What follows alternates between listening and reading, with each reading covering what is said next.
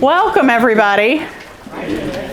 Everyone have a seat. We're settled. We just turned the air a little cooler, so hopefully that'll get things. There's a lot of bodies in here. Oh, there's a fan in your bag. Thanks, Jill. So my name is Karena Stipp. I am a senior specialist realtor, and this is, I think, our 8th month, something like that, for the Real Truth seminar series. So we're super excited this month to have 3 guest speakers. And I'm going to introduce first Tara Destheimer with Gentiva Hospice. And so that's Tara, right Hello. At the podium. And then we have Jill Bright with Bright Funeral Home. I'm going to try to stand out of the way here, right here in Wake Forest. And then we also have Hayden with Jackson Law. How do you say your last name? Is it Baugh? Baugh, yep. Okay. So Hayden is with us. So we're going to cover leaving a legacy, living, dying. What's the last part? Living, dying, and legacy. And leaving a legacy. Sounds appropriate. So we're going to start out with, there's a policy for Hayden's firm that he doesn't record. So we're going to have first Tara, then Jill, then we'll turn off the recording.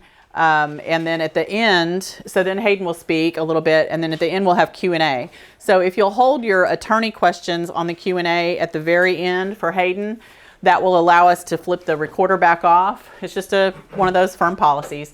And we'll be able to bunch them so that it kind of makes sense to do that all at one time, okay?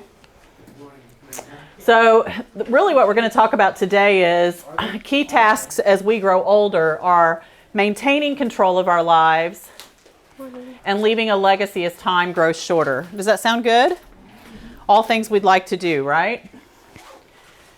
So we're going to start off by talking about hospice, and I'm going to turn it over to Tara. There's a few questions here. What is hospice? Okay. If you want to go ahead and talk a little bit about that. I'm actually going to just put it all in one paragraph. Hospice is care at home for someone who has an end-of-life disease, which is 6 months or less, and they are opting not to seek treatment anymore. They want to have a quality of life. And it can be done anywhere. It could be done at what you consider home, whether it's an assisted living, your home, your daughter's home. So we do it at home.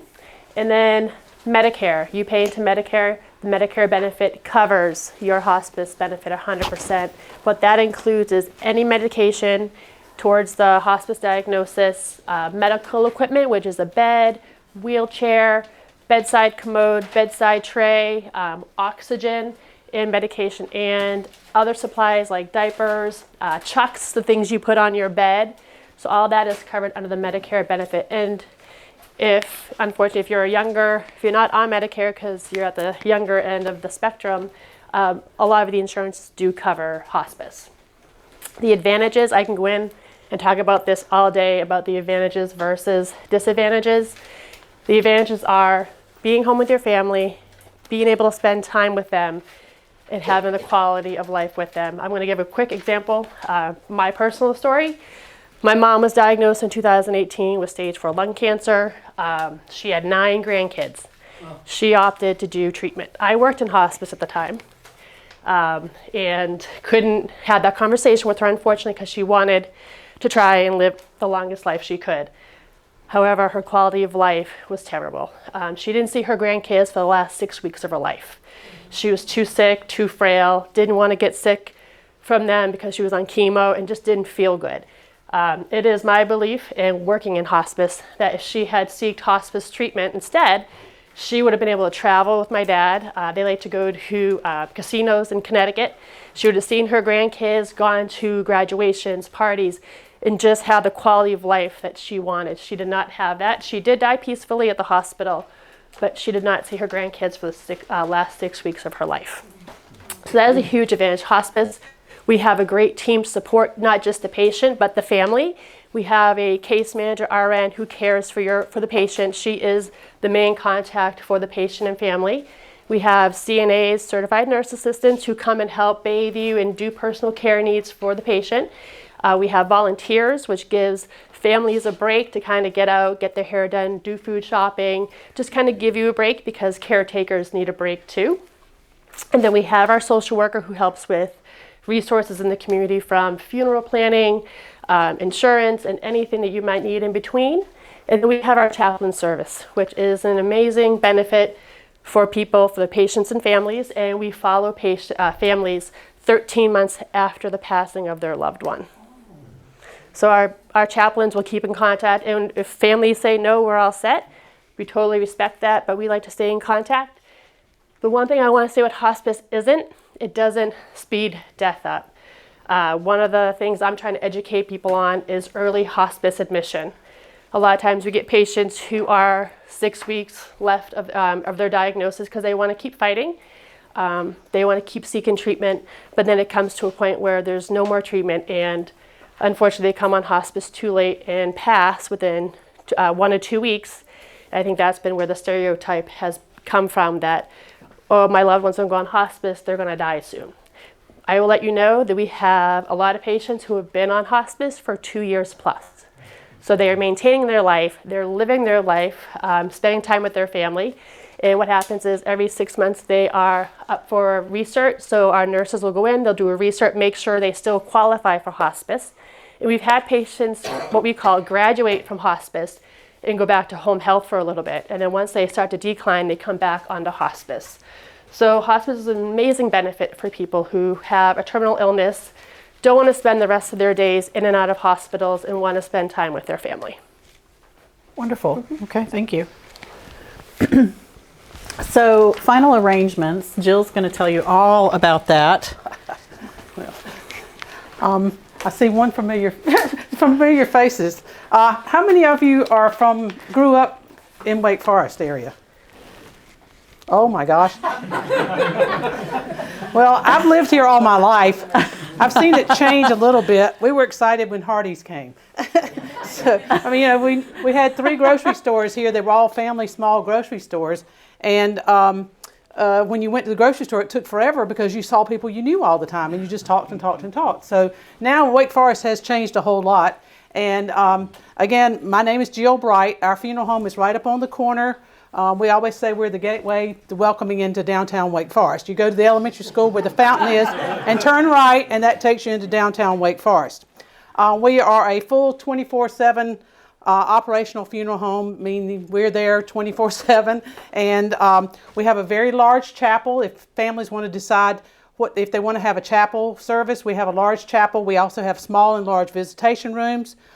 We can have up to 275 people sometimes. We have a piano and an organ. There are also an on-site crematory. We put a crematory in. We're the only crematory in the area. We put it in 2000, knowing that to foresee the future that's probably the way that more people will be choosing. So we have a crematory on site. So once your loved one comes into our care, they never leave our facility and our grounds.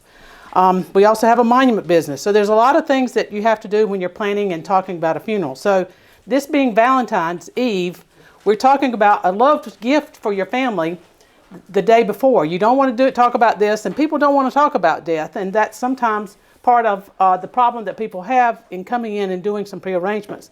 But this being the day before Valentine, you can talk about some loved things, but I don't suggest you give this as a gift tomorrow to your family. There are a lot of different things that we do that, funeral homes that you don't think about. I mean, we have one person that goes and gets death certificates. Now, I don't know if any of you have ever had to help someone with a funeral or plan a funeral, but we have one person, and sometimes it's me, that goes around to the Register of Deeds and picks up death certificates. Now, if you don't want to drive to Raleigh and find a parking place and go in, and that's part of what it is, but that's one of the advantages of helping and having a funeral home help you. We've been here since 1964. And so I don't know what you all have been doing for the last 60 years, but we've been helping families here in the Wake Forest area. Mostly our concentrated area is Wake Forest, Youngsville, Roseville, surrounding counties and the areas around us. But sometimes we have families that come from out of the area that, have their families here, but they live out of the area. So they come here. And we believe in building our business outside of the walls. Getting to know people personally. We are very involved in the community, and we get to know people through civic organizations, community organizations, and we're very active in veterans organizations. It's going to be kind of hard for me to tell you a lot of the things that you need to know, but I'm going to briefly hit some of the main topics. There's two things that are for sure going to happen to you: death and taxes. Unfortunately, you have some control over some of it you don't. So if you organize your paperwork all year long, it's easier for your CPA to do your taxes. It's the same thing with planning a funeral. If you get everything planned ahead of time and do some things, you don't have to stress at the last minute. And there is a lot of stress when you're planning something, especially if it's sudden. So this is a gift that you're going to give your children, your grandchildren, so that when you pre-plan or get your information together, then it helps them. How many of you spend time planning your vacations, your retirement? Have you ever planned a wedding in 3 days? So that's what you have to do sort of with planning a funeral. You talk about having the peace of mind and making difficult decisions ahead of time so that you have your options and you can go through your options and make changes. And that's what you need to do now. So if you're planning a service, just like a wedding, till death do you part or death parted us, you're going to plan flowers, you're going to plan music, you're going to plan who's going to read and say things, you're going to plan your pallbearers. There's so many different things that you can think about now, but also there's merchandise you can pick out.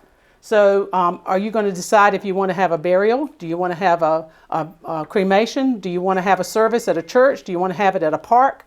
We can help you with all of that, and that's things you can talk about and discuss with your family right now. So in your package I've given you, there's a sheet, a little form. It says personal wishes and information. This is your homework. This is something, I have extra copies if you need extra copies. But when you get home tonight, when you go home right now, could you find your important papers? Does your family know your social security number, where you were born, what your parents' names were? All of this has to go on a death certificate. I have to emphasize, if you were in the military, you need to find your DD2 discharge papers. If you don't have those, then the military will not do anything for you. If you have those, then you can get a flag, and you can get honor guard that comes. But other than that, if you don't have your discharge papers, then there's a lot of things you can't have and can't do because of that. So I encourage you, if you were in the military, or anybody in your family was in the military, find those papers. This is things you can share with your family, and one of the biggest advantages of pre-need is it protects you from inflation. Now, North Carolina is one of the most proactive states compared to other states where we regulate pre-need funding. So we have to turn in forms. We're audited every year. You have to have forms. We have to have a death certificate in order to get some of your paperwork or to get your will or get some information. So that's very good if you're in North Carolina. Now, if you are out of state and you have pre-arranged or done your pre-need somewhere else, it's transferable. So you're saying, well, I'm going to Florida. You do your pre-need, and something happens to you in Florida, your family needs to know that they can transfer that. If you've done your pre-need somewhere else and you pass away here, you call the funeral home, they tell them where it is, we'll call them and get all of that information sent here. So it is transferable, which is a good thing. It's kind of like a life insurance policy, but the funeral home is the beneficiary. So how do you start this unselfish process to help your family? You can call and make an appointment with a funeral director, a pre-need person. We have one that's full-time. That's all they do. They will guide you through all of this paperwork. They will record your vital information. They will explain the different options of burial or cremation, if you want to have a service, if you want to have a memorial service. If I encourage you, if you ever want to visit our facility, you're going, well, I don't want to go that's not exactly an outing I want to do, but you have your choices and you need to know so you can prepare. You can say, well, I want to use this room, or I want to use a smaller room, or I want to see the crematory, and we have our crematory is set up so that we have a stained glass window and we can have chairs, and we have some religions where they have to be there when the cremation takes place. So we have kind of like a little service area for that family. I encourage you, when you make copies of all of this, don't put it in a safety deposit box. If something happens to you on a weekend or a holiday, how are you going to get to it? So you give it to first, if you want to give it to the funeral home, they'll have copies of it. We have filing cabinets full of pre-arrangements. Give it to your minister, give it to your family or your next of kin. But you need to make copies of it and give it to those that will be using it. Now, when you're talking about all these options financially, there's a lot of things you can choose to make things financial. You know, like if you ask the National Funeral Directors Association, they'll say the average cost is probably $8,000 or $9,000. Well, there's a lot of things that go with that. Do you have a cemetery plot? Now, in Wake Forest Cemetery is all sold out. If you have a church cemetery, usually you have paperwork or something with the church. You need to contact them and make sure they have that. Also, do you want to have cremation? Do you want to have an urn? Does your family? We have these little tiny, pretty little urns now, where if you want to divide the ashes up and give family members different, parts of the ashes, they can take them with them. So all those things are things you discuss now and you talk about now. There's also different kinds of vaults. There's quality of vaults or make a big difference because a lot of cemeteries now require vaults. Now, do you know why that is? If the grave and everything sort of settles and sinks and somebody walks across it and falls and twists their ankle or breaks their leg, it's because you didn't keep the ground and everything secure and stable. So those are things you need to discuss. Also, do you know there's some cemeteries now that do not have services on Sundays? Now, if we did that, they'd run us out of town.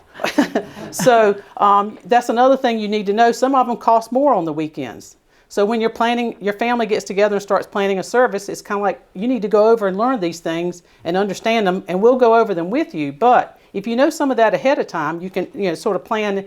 And like I say, there's columbariums being built now, and some of the churches have columbariums for urns. Wake Forest Cemetery has 2 columbariums, but I think those are filled up, but they're going to add some more. But with the monument business that we have, we are building more and more columbariums at churches.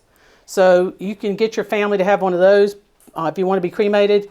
Some columbariums, they only let you use their urns. So that's another thing you can plan on ahead of time. Do you want to scatter your ashes at the beach? Some of those are illegal. Golf courses, the 19th hole, the 18th hole, wherever you want to go, behind the golf course, some of them are illegal.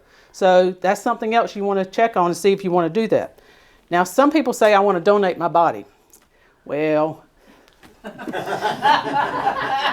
you don't know this, but a lot of them won't take it. The hospitals, they either don't need it at the time. Sometimes they don't, they have enough people donated. So if you're thinking you're going to get out of this and just donate my body, that's not going to work every time.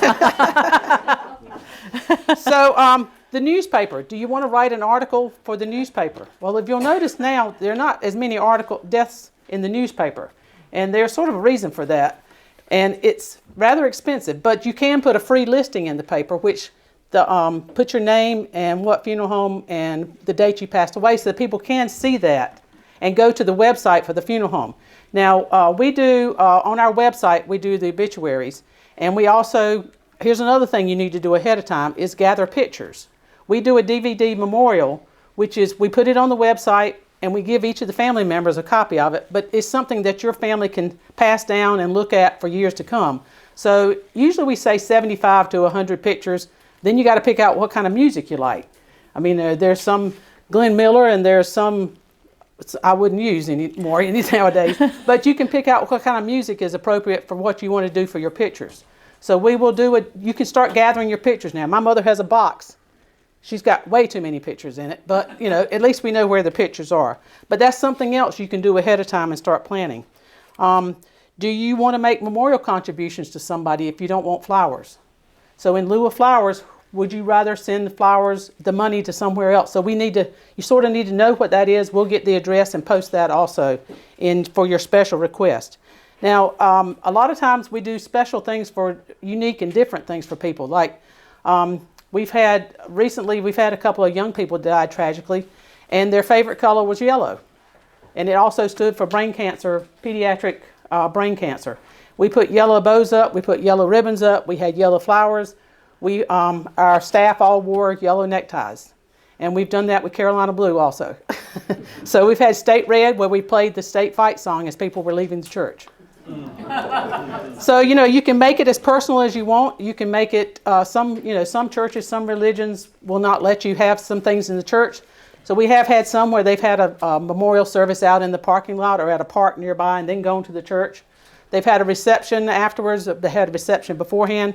So those are sort of things you need to sort of discuss with your family now. Now, also for the veterans, If you have your discharge paper, like I say, you can get a flag, but you can also get a VA marker, there's 3 or 4 different styles. So if you're going to be buried at a cemetery, you don't want to get a marker that the cemetery will not allow. So there's a granite one. My husband, we order those, and we put those down at no charge as a thank you for your service if it's within the area. If you order a bronze marker, you have to buy a base for it. And if you have one and you want your spouse to get one to match it, then you need to sort of consider the options of that and how much they cost and what cemetery will let you have it in. Now, in Arlington, if you're in the military and you want to be buried at Arlington, there's about a year and a half wait. So it's backed up. And there is room there. Everybody says there's not much room there. But we go to the Wreaths Across America up in Arlington, and we've the sections where the newer sections, everybody's family comes, but the older sections where there's not any family left, we still go and put wreaths down. But there is about a year and a half wait to be put in Arlington. But there is also a veteran cemetery in Salisbury, and there's a new one in Goldsboro. So they're much closer by, and the Goldsboro one is only a couple of years old, so it's got a lot of space. So if you are allowed a space and can have a service at Goldsboro if that's what you choose. So my husband is a ride captain for the Patriot Guard Riders, which is, I don't know, they're motorcycle veterans, they're not veterans, they're driving a car, but whenever there's a veteran service, we get the discharge papers, we get it approved, and within 24, 48 hours, we will come stand a flag line at your visitation or at your funeral and do an escort if that's what's needed to make it happen. So if you have any questions about that, I'll be glad to help you. So to summarize right quick, there's a lot to do. There's a lot you can do now to make it easier for your family. It's a gift to your family, but I suggest you write it down because, all families get along and they never argue and discuss anything. So if you write it down and you get it together and give it to people that need to have it, then that will be a step ahead, and that really will be a gift of love for your family. It's something they don't have to do later. Thank you. Thanks, Jill. Hopefully everyone got one today. We had kind of as we were adding chairs, if you didn't get this, Myths and Truths. And this is just some myths, common myths about a lot of different subjects that we talked about today, and then the truth about that. So you can take that home and look through that later, or if you want to look through it now and have some questions that you want to, maybe this brings something to mind that you want to ask one of our speakers, we can do that now. So we're going to start with any questions about hospice. Let's start with that. So Tara, you want to grab those? And Bob, can you turn the recording back on? It is on. It is on, okay. I just wanted to make a statement about hospice. I'm not associated with Karena. I'm a neighbor. I came here to take some photographs with her. But my dad fell out of the bathtub and injured his head and could no longer live alone. He lived in an area of my 2 brothers down in Texas, and they wanted to put him in a home. I worked out of my home. I was able to bring him to me. I had him for another 2 or 3 years, I forget exactly how long, and it was great. It really, I feel sorry for my brothers that they didn't have the opportunity to be with him the way I did in that time. If you can find some of your family that can take care of you, for him and for me, it was really a very worthwhile situation. And I did get help from the hospice group as far as a visiting nurse coming in to take care of him when he needed it. So it wasn't like I was alone or anything like that. But it's worthwhile. If you can find family that can take care of you, it really is worthwhile. For them, not just for you. And the other thing is, I knew he was going to die for 2 or 3 months, and they didn't do anything. And then I found about 3 o'clock in the morning one morning that he had died, and I went, now what? So, believe me, it pays to take some advantage of that. So just my personal experience. I hope that helps. Bob's dad survived. He was on one of the ships in Pearl Harbor. Yeah. Which ship was he on? Nevada. Nevada. He was on Nevada. So he had memories of Pearl Harbor. Okay. Other questions about hospice? Do you have to how do you qualify for hospice? So you have to have a terminal illness of 6 months or less, and the most important part is you are not seeking any more curative treatment. Sometimes we do allow palliative treatment for comfort, So, the number one diagnosis everyone relates to hospice is cancer, but we see a lot of Alzheimer's, dementia, ALS, pulmonary issues like COPD, emphysema, and heart disease. So what happens is if you or your loved one is at a hospital or a doctor's office, they will send over a referral to us. I will then contact you or the family, get all the clinical information, so any notes, any tests from your provider, and then our clinical team will go through it and see if you qualify. We do try to find anything to help qualify, from weight loss, disease process. So we really do want to get... So you're referred by your doctor? Yep, yeah, you can be referred by anybody. I've had an agency called Aging Care Matters here refer patients to us because they have clients who have dementia, and now the family wants to talk about hospice and they're ready to talk about hospice. So I am always more than happy to come, give what we call an informational, more of the nuts and bolts about hospice and benefits of hospice. So if you live 6 months or longer, then do you reevaluate? Yep, we recertify you, and if you're still qualifying for hospice, you will remain on hospice. And like I said, sometimes people graduate and they go back to palliative care, which is like a bridge to hospice. A lot of people do palliative care before continuing on to hospice. I know it's a very tough conversation to have with people about dying, but How do you spell palliative? you're testing me. It's PALLIATIVE. Yeah. PALLIATIVE. VE, that's, yep. And so the difference between palliative and hospice is that on palliative, you're still seeking curative treatment. So you're still going to chemo, you're still taking your heart medication or your kidney medication, and then once you decide to stop all that, then you would come over to hospice. And with palliative, you don't see, with hospice, when we come out to admit families and patients, we evaluate what the frequency is going to be for the nurse to come out. Some patients is once a month because they're doing fine, they don't need us, and towards the end we're out. Come to your home? Yep, we come to your home. Okay. And at the end, we are an everyday visit. Just more so to support the family as well, because it's scary. We're not in the house 24/7. I know I get that a lot. Are you in the home 24/7? We are not, but we are available 24/7. So if something happens, like his dad at 3 a.m, call our hospice phone number. You get a live person, and the nurse will be out if needed within an hour, half hour to an hour. Depends on where you live, where the nurse lives. But we also have a backup nurse at night. So it's not just one nurse on call at night, there's two. Because sometimes when it rains, it pours at night. Just a comment, I had an experience with, took my mother-in-law in her last, we thought a couple of weeks, it was maybe 3 days. And the hospice nurse stressed, if we had an incident when she came home, do not call 911. They are required to resuscitate. If we had anything that we worried about, call her, and she would come. So what happens is if you call 911 and your loved one goes, and trust me, I would panic and call 911 myself. It was my loved one. What happens is they're no longer going to be covered under the hospice benefit once they go to the hospital, so they're discharged. They would not, they do not resuscitate. No. If EMTs come, they have to. Well, I know there's been instances when there's They been, would try. yeah, I know there's been instances when there's been a DNR in the fridge, and the family panics and says, no, keep trying. Then the EMT sometimes listens to the family, and it's a tough situation, and the first call should be to hospice, but I also know that people panic in emergent situations. And I thought I saw one over here, yeah. What is the name of your organization? Oh, I'm so sorry. It's called Gentiva. It used to be Kindred Hospice, but now it's Gentiva. Yep. Do you want me to spell it for you? Yep. I gotta look. No. GENTIVA. And my office is out of Oxford, but we are actually a national company. So if you have a loved one here in Wake Forest, but they want to go to Virginia, California, we can help arrange hospice to wherever they want to call home in their final days. Do you have a lecture? I do. I do.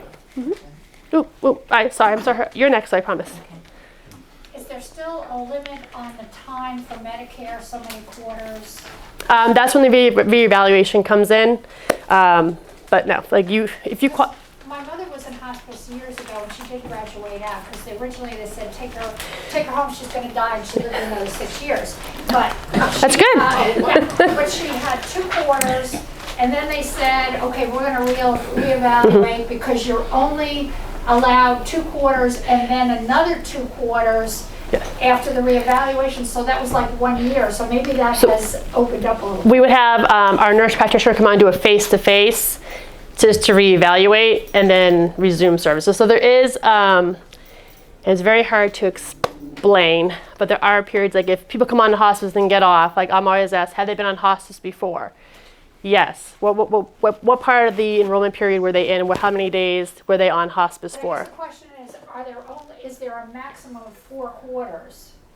No, as long as you're qualified, you stay on it. Okay, because I got the impression back then, and maybe that was back then, that you only had so many quarters. If you want, give me your contact information. I can get you more information. It was just a curiosity as to whether or not things had changed. But if your mom was discharged, how long was between her hospice experiences? They're called episodes. She had the 2 quarters, and then they said, we don't want to keep her on if she doesn't need to be, because you don't want to eat up all your quarters because you only have 1 year.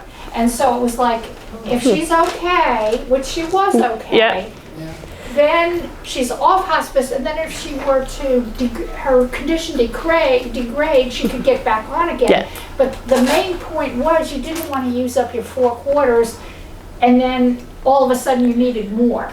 I feel like that's more of like the home health or like the 90-day or 100-day for like a skilled nursing facility. Like, no. She wasn't in a No. Yeah. But there's no like cutoff time for like. And it could be this was old stuff. Yeah. I mean, she died in 1996, so. Okay. But just so you know, if you were to be discharged from hospice because you're doing so well, we would have our nurse practitioner come out and just do a face-to-face. It's just a Medicare guideline. Medicare really does, rule our regulations for us. You had a question? It's confusing to me because there's hospice facilities. Yep. So you're talking about the hospice houses like Duke's and Transitions. So that is for people who can't care for their loved one at home. They might be close to end of life, and that's people can go there. It's a choice you can make. Yeah. In other words, you can either Yeah. be in one of those places or you can stay at home. There's not really that many around. Not yet. No. There is not. I'm hoping that there will be more in Wake Forest soon.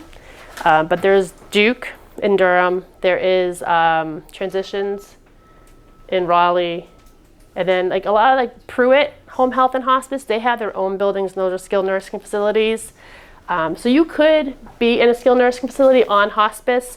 So what happens with that is the staffing at a skilled nursing facility will take direction from us. So once we come in and admit a patient to hospice, they're now our patient. But the added benefit is being at a skilled nursing facility and having 24-hour care. But so what happens is the hospice Medicare benefit will pay for hospice, but more times than likely families are responsible for the room and board at a hospice house or a skilled nursing facility.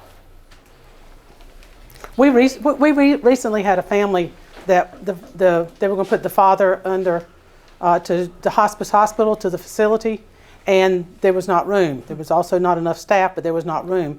So they brought him home and called the Gentiva group, and they came out that day and took an evaluation and did everything, and he was at home for about 10 days. And the benefit of our social worker on our team, she's amazing.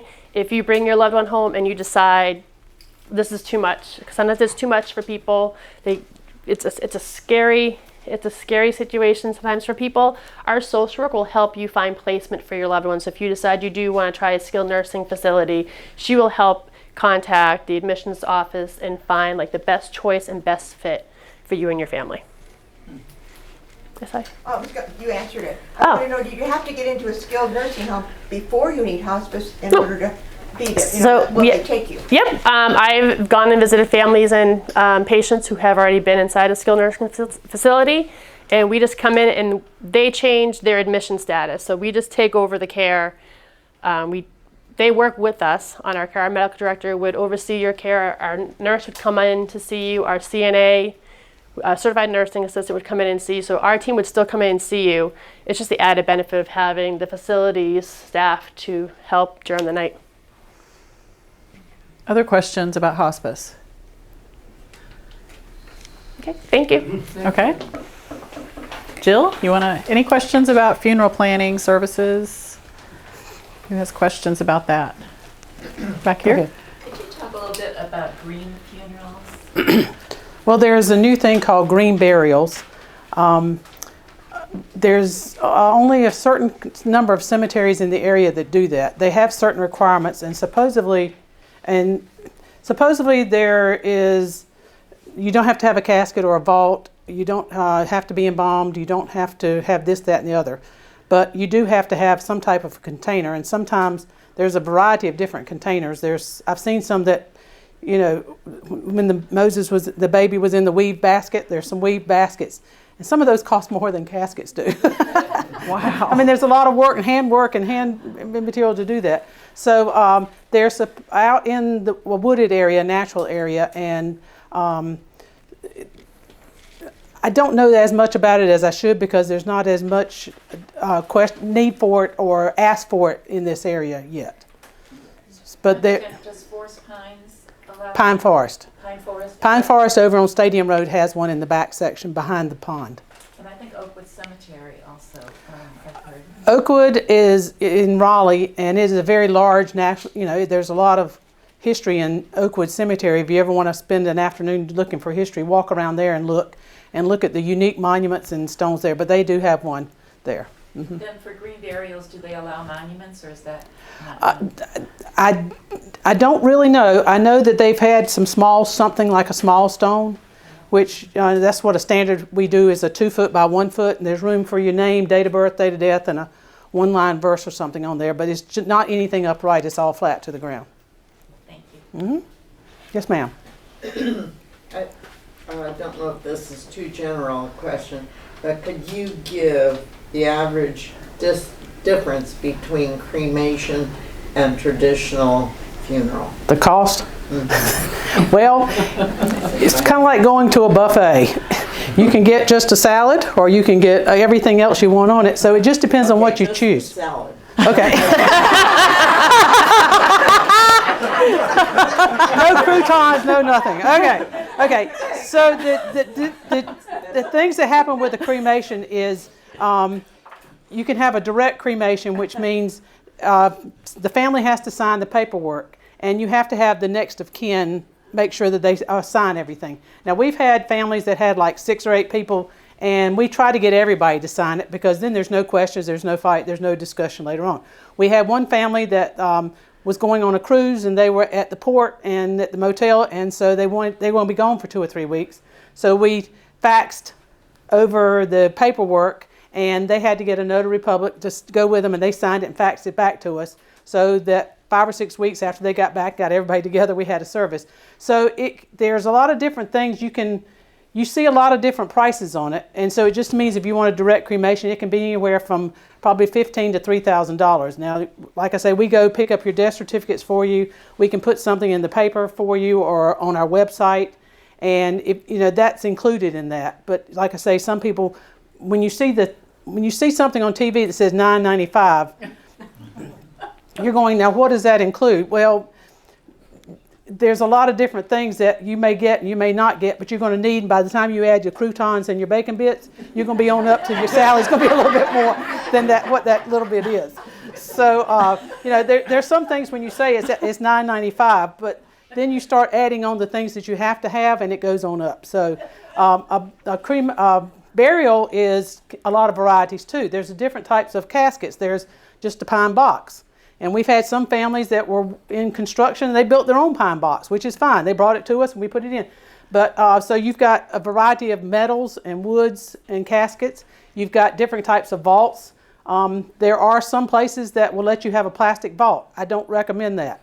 The most important thing you can buy is the vault, because that's going to be airtight, sealed, waterproof. It's not going to cave in. It's not going to disintegrate, and you go in some old cemeteries where they mound the dirt up. Uh-huh. That's because eventually that dirt's going to be flat back down and level and everything. So there's, if you want to have just a service, a lot of people nowadays are having the person embalmed, they have a visitation, they have a service, and then they're cremated afterwards. And that's another option. And we have a thing, you're not believe this, but we have a rental casket. And what that is a wooden casket. At the end of it, you slide out the insert, and then we cremate that when we cremate the body, and then you can slide another new insert in it, another new pillow, whatever, and you can have that as a rental casket. You don't have to buy one, you just rent it, and then you can have a cremation afterwards. Things have changed so much lately. Is that because there's going to be an open casket? Yeah. Some people have an open casket. If they want a viewing and then they're cremated after. Some people have a private viewing and then close the casket at the service. Some, it just depends. We've had people say they look much better after they passed away. So it's just a lot of different things. Any other questions? And by the way, we don't have a 10%. We don't have a buy one get one free either.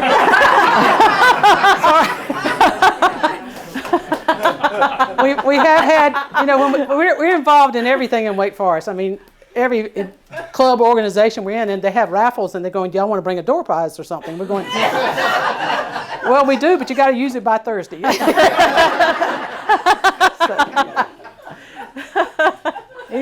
Everybody has questions about funerals. I always have all my friends that come up and go, "I don't know if I can ask you this." And I go, "Yeah, everybody asks me everything." So, go ahead and ask it. It just covers a lot of different things. Yes, ma'am. What about pre-arrangement, but yet, for example, you live here and yet you want to be buried in another state? Okay. You can, like I say, it's transferable. So if something happens to you while you're here, you call us. And if you've pre-arranged out of state, then we will call that funeral home that you've used and line everything up and get everything ready. I mean, we go to the airport now probably once or twice a week. And if it's close enough to drive or financially more beneficial to drive, then we'll carry some. I always say if anything's going towards the beach or towards the mountains, I want to go on those trips. But it is transferable. So you just call us and we'll call. And if you're out of state or out of town and something happens to you, call back to us, because we have a book that has reputable, honest, legal funeral homes that we will look up and call in that area to handle everything there for you. Just like realtors have referrals. Right. Funeral homes have it's the same thing. It's the same thing. It's just a different industry. Yes, ma'am. You spoke of direct cremation. Is there any difference with that and simple cremation? Well, usually when they say the word simple, that means you're going to probably have some type of service. Direct means we pick you up, we get all the paperwork signed, we do the cremation, we have a cardboard box, but if you want to buy an urn, we've got different types of urns. If you have your own urn, we'll put the ashes in it, and then you come pick it up, and we give you the death certificates and all the other paperwork you need.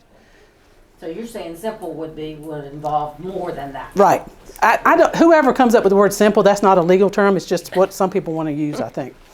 So direct is actually less expensive than simple. Direct means you're going to do your own thing. We're just going to do the cremation. Okay. That's closer to the $9.95 than anything else. But you add the other stuff to it, yeah. Okay. That has some croutons. In me, that's sort of like one of those Doesn't scam have any things. It extra gets you in the dressing. door, but then all of a sudden you're going, "Oh my gosh, that's not what it really is." So to be honest, I'm not going to say that. Okay. Any other last questions? And all of the seminars that we've recorded all of them, with the exception of the little Hayden pieces today. So they'll all be warehoused on this website. You can't get to it right now. Well, you can get to it, but it's my old website and it won't have the full library. So starting on the 22nd, it's supposed to be up live and running. And also the newsletter. So some of you receive newsletters in the mail. If you don't and you would like to receive, I send those snail mail. Old fashioned, your mailman brings it in a mailbox with a stamp on it. So if you would like to receive a piece of paper from me monthly, you can sign up on the survey here. And if you would, please fill out the survey and let us know what you're thinking. I know we have suggestions for topics, and I'm open to hearing more because these seminars will be ongoing. We're scheduled through July as far as the current topics. But I match the topics to the theme for the Senior Center each month. So I'm a little guided in that way, but I love to see suggestions for topics because we can talk about that for future seminars. Okay, so it's southernaccenthhomes.com, and that's my LLC that's still with the same firm that I've been with, Real Broker LLC. Oh, that's right. And there's the postcard. Everyone should have one of those at your place. If you don't and you want to pick one up, there's extras available. There's materials on the front table there from Gentiva and from Jackson Law.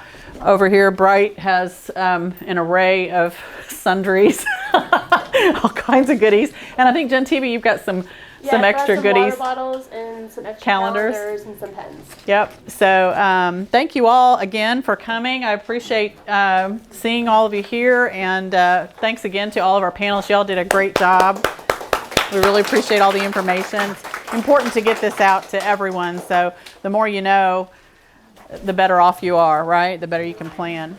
Thanks, everyone. Have a great day. Next month is the Aging Brain, and that will be Tuesday, March 12th, back here at the Senior Center.